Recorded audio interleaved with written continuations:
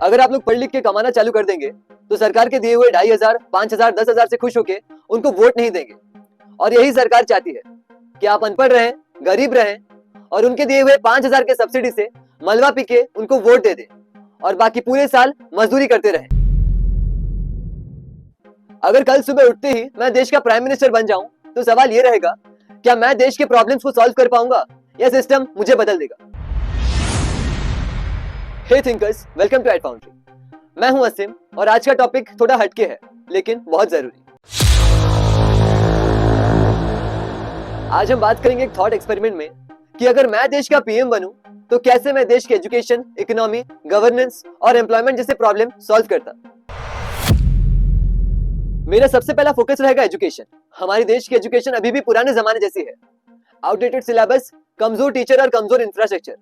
मैं एजुकेशन को national emergency जैसा ट्रीट करूंगा। करिकुलम ओवरऑल जहां क्रिटिकल थिंकिंग, एंटरप्रेन्योरशिप और टेक्नोलॉजी को इंक्लूड करेंगे। नेशनल वाइड टीचर ट्रेनिंग और पब्लिक प्राइवेट हाइब्रिड मॉडल से रूरल स्कूल्स अपग्रेड होंगे। अगर हम बच्चों को प्रॉब्लम सॉल्विंग और स्किल्स बेस्ड एजुकेशन देंगे तो आने वाले 10 साल में job seeking culture job creating culture बन जाएगा। दूसरा है पॉवर्टी और वेलफेयर। लोगों को रोज सब्सिडी देके उनको खुश कर देना लॉन्ग टर्म सोल्यूशन नहीं है। मैं सब्सिडी को एम्पावरमेंट में बदलने की कोशिश करूंगा। सब्सिडीज को कंडीशनल बनाऊंगा जहां बेनिफिशियरी स्किल ट्रेनिंग और लाइवलीहुड प्रोग्राम से जुड़े हो। हर ब्लॉक में विलेज एंटरप्राइज जोन होंगे जहां स्मॉल मैन्युफैक्चरिंग हब्स होंगे और वेलफेयर ट्रांसफर फुल्ली डिजिटलाइज्ड होगा, ट्रांसपेरेंट रहेंगे ताकि लीकेजेस कम हो। इससे सिर्फ कंजप्शन नहीं, एसेट और कैपेबिलिटी क्रिएट होंगी। तीसरा, पॉलिटिकल इकोनॉमी और कॉर्पोरेट कंट्रोल के खिलाफ कदम। हमारे देश के कुछ पावरफुल कॉर्पोरेट हाउस देश की पॉलिसी मेकिंग पर इन्फ्लुएंस रखते हैं, जिसके चलते एमएसएमईज को सही क्रेडिट और मार्केट एक्सेस नहीं मिल पाता। मैं पॉलिटिकल फंडिंग को फुल्ली ट्रांसपेरेंट बनाऊंगा। एक एमएसएमई सॉवरेनिटी एक्ट लाऊंगा जिसमें स्मॉल बिजनेसेस को collateral free credit line, tax relief और गारंटेड प्रोक्योरमेंट कोटास मिलेंगे और अपडेटेड एंटी मोनोपोली फ्रेमवर्क से कंपटीशन बनाएंगे। चौथा, रेड टेपिज्म और गवर्नेंस को खत्म करना मेरा सबसे बड़ा टारगेट होगा। हर परमिशन, गवर्नमेंट सर्विसेज और लाइसेंस एक national single window digital portal से फाइल हो और सिटीजन उसको कोरियर ट्रैकिंग की तरह लाइव ट्रैक कर पाएंगे। साथ ही एक स्पेशल पीएमओ हेल्पलाइन और पोर्टल लॉन्च करूंगा जिसमें सिटीजन डायरेक्टली पीएमओ को कंप्लेंट भेज सके। हर कंप्लेंट को यूनिक टिकट आईडी मिलेगी और 7 to 15 डेज में एक्शन या स्टेटस अपडेट मैंडेटरी होगा।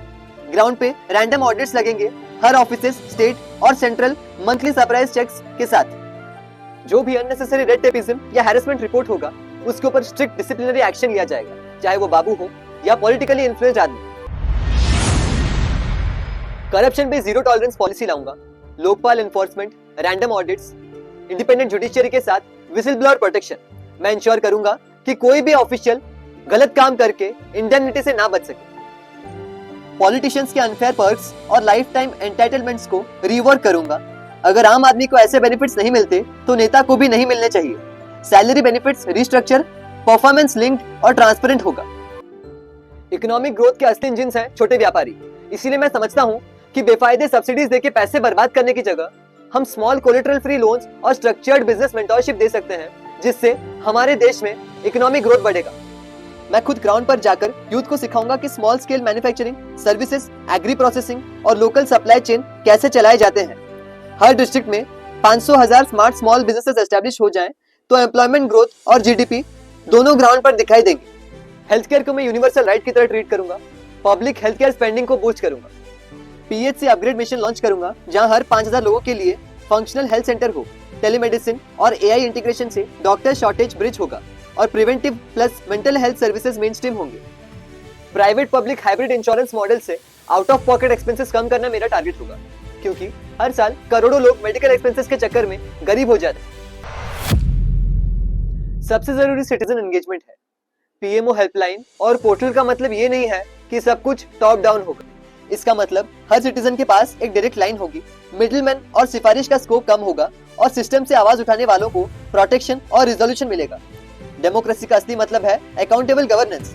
अगर गवर्नमेंट अकाउंटेबल नहीं है तो डेमोक्रेसी का स्पिरिट मर रहा है। अभी के सरकार के काम देखो, देश का पैसा बर्बाद हो रहा है, इनइक्वालिटी बढ़ रही है और आम आदमी स्ट्रगल कर रहा है। साइंटिस्ट से लेकर पॉलिटिशियंस जेल में हैं, मिनिस्टर्स करप्शन में डूबे हुए हैं और उनके बच्चे बिना किसी स्किल्स के लाखों करोड़ों कमा रहे हैं और देश को लूट रहे हैं। इलेक्शन के टाइम पर इंक्लूडिंग बिहार और कई अदर स्टेट्स मल्टीपल सब्सिडीज और स्कीम का यूज करके लोगों को पैसा देकर उनका वोट खरीदा जा रहा है और इलेक्शन कमीशन इस मुद्दे पर चुप्पी साधे हुए है। ये सब तब तक चलेगा जब तक हम चुप रहेंगे। ये मेरा पॉलिटिकल ड्रीम नहीं है, बट अगर हम अभी आवाज नहीं उठाएंगे तो वो दिन दूर नहीं जब हम अपने ही देश में गुलामों जैसे जिंदगी जीना चालू कर देंगे। सिस्टम को बदलने के लिए हमारे पास अभी भी ऑप्शन है। Education, transparency, small businesses empowerment और स्ट्रिक्ट अकाउंटेबिलिटी से हम वापस अपना हक ले सकते हैं। मैं हूं असीम और ये है एट फाउंड्री, जहां हम सच जानते भी हैं और जताते भी हैं। जय हिंद। और पाकिस्तानी उसे देखकर चमत्कृत रह गए। उन्होंने कहा कि ये कहां से आए हैं,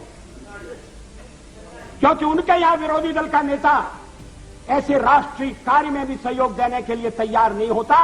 वो हर जगह अपने सरकार को गिराने के काम में लगा रहता है। ये हमारी परंपरा नहीं है, ये हमारी प्रकृति नहीं है और मैं चाहता हूं ये परंपरा बनी रहे, ये प्रकृति बनी रहे। सत्ता का खेल तो चलेगा, सरकारें आएंगी जाएंगी, पार्टियां बनेगी बिगड़ेंगी, मगर ये देश रहना चाहिए, इस देश का लोकतंत्र अमर रहना चाहिए।